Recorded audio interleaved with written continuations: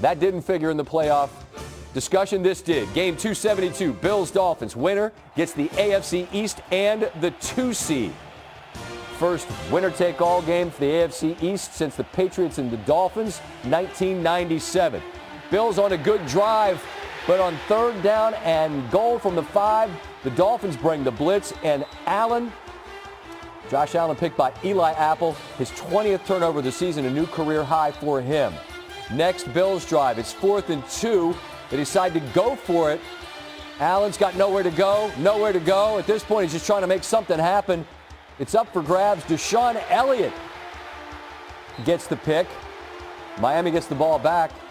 Actually, Miami lost yardage on that exchange. Meanwhile, Devon Achane, man, this guy's got speed. Out in space, he is lethal. His 11th rushing touchdown of the season, most by a Dolphins rookie.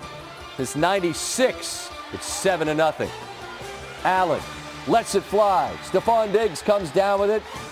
Tremendous sliding grab from Diggs. 36-yard gain. 2 plays later, 2nd and goal.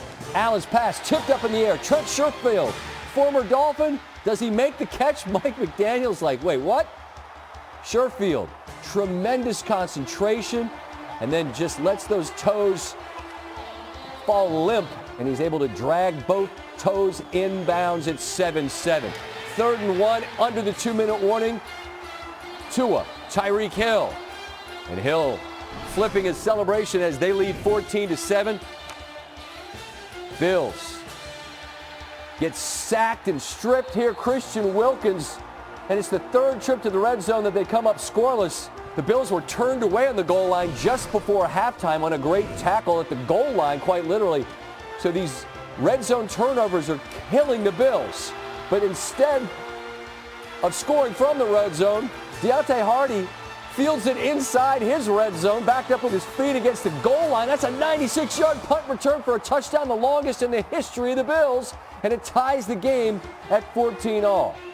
Next, Bills drive after at Bills defense. They're shorthanded, so many injuries on both sides, but they're forcing punts. They give the ball back to the offense. Allen hits Dalton Kincaid, a gain of 26. 2 plays later, down the sideline, what a ball from Allen to Khalil Shakir, a gain of 28. And then Allen to Dawson Knox on 2nd and goal, and he reaches for the end zone and is in across the goal line. Buffalo now leads 14 unanswered. It's 21-14. Next Dolphin drive. 3rd and 7. This Miami offense has not struggled much this year, but they just can't get first downs. Hill hit by Hyde, tough drop. The Dolphins punt for the 4th consecutive time. Mike Tirico said on the NBC broadcast, that's the first time this has happened all year. 4th and 1, Allen goes up top. Leonard Fournette giving a little help. But you think about that brotherly shove, and Hurts is always sort of in the middle of the wave, not riding the top of the wave. 3rd and 13. Here comes Allen.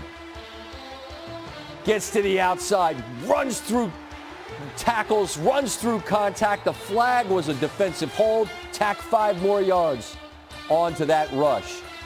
2-minute warning has been called. Decision time.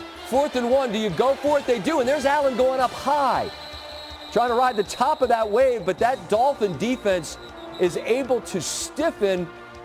Allen was signaling first down from the bottom of the pile. But when they bring out the chains, that Dolphin defense can celebrate. They've given the ball back to the offense. Calculated gamble. With Allen running, why not go for it? Try to get it, end the game, because the Dolphins are out of timeouts. The Dolphins trying to make a move. Tua was nearly picked off the play before. Here he is, looking for Chase Claypool. Taylor Rapp, a gorgeous diving grab. Tua and the Dolphins stunned. Diggs and the Bills fired up. The emotions quite different, quite obviously, depending on the side they were on. And for the 4th consecutive year, the Bills are the kings of the AFC East. Josh Allen, the quarterback of the AFC East champion Buffalo Bills, joins us now. And in the end, Josh, it was not perfect, but it was good enough to win. How appropriate is it that that definition applies to this game? Because it felt like it's been kind of what the year's been in a nutshell. Yeah, I mean, I think that's a pretty good microcosm of what it's been like. Early on, obviously, didn't play up to our standard in this game. Defense comes out in the second half. Special teams makes a play, and then we found a way to drive the ball and score some touchdowns. So, we got a lot of resilient guys. People counted us out at 6-6, rightfully so. Didn't look pretty, but we keep finding ways to win football games, and that's all that matters. Josh, I try to avoid using the word heroic, applying it to sports. I think that's servicemen and women, cops, firemen, teachers. They're heroes, but I think you can apply it to sports in this sense. Your defense is so banged up, and that offense from Miami is a problem. How would you define the job your defense and your special teams gave tonight? I mean, it took all three phases tonight, and they were huge pieces of the puzzle. They kept us in the game, and Deontay Hardy, with the kick or the punt return. If you watch that play to Poona Ford, dang near gets his hand on it, but he makes a key block to spring him free. So it literally takes everybody to win a division title. It took every single buddy, every single game, every single play this year, and I'm so proud of our guys. Again, how resilient they were. There's times throughout the season where we could have folded in and gave up, but that's just not in our DNA here. You guys are 6-6. You mentioned it. There's no wiggle room, and you talked about it then. You knew what the math was. Well, the math works out. You guys go 5-0. I guess you kind of have to adopt the playoff mindset. But Josh, how much does it take in terms of how much gas you got to spend from the tank just to get in? I mean, you got enough. I'm sure you got enough, and I'm sure Saturday night or next weekend the Mafia will give you the fuel. But just how exhausting a process was it just to get here? It's football. At the end of the day, we want to win every single game that we play, and I don't feel like it takes a whole lot to come out here and give your best energy and game plan well and try to go execute. So at the end of the day, we gotta exhaust all options here going forward. It's now truly win or go home. I feel like that's what we've been saying the last 6 weeks, and we've adopted that mindset. So I really think that battle tests us, and I think that's gonna pay dividends in the future. Last kind of thought here, at 6-6, and the world's kind of punting on you guys, but you don't give up. The resolve in the room. What was the source of it all, Josh? What'd you lean on when it got dark? We leaned on each other. When you talk about having guys like Micah Hyde and Jordan Poyer, Von Miller, Mitch Morse, Deion Dawkins, Stephon Diggs. We were in a similar situation a couple years ago, sitting at 7-6 and found ways to win football games at the end of the year.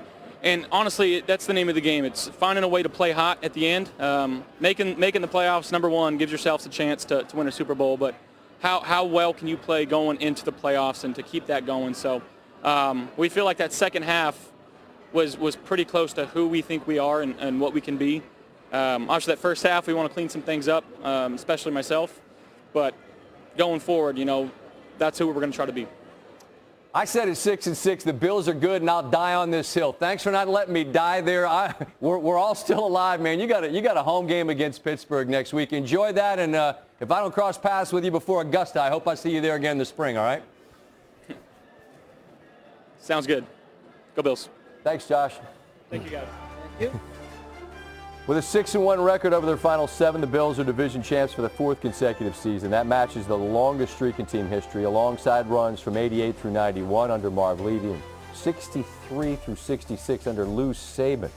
On the losing end, 2-0 on allowing this division title chance to slip away.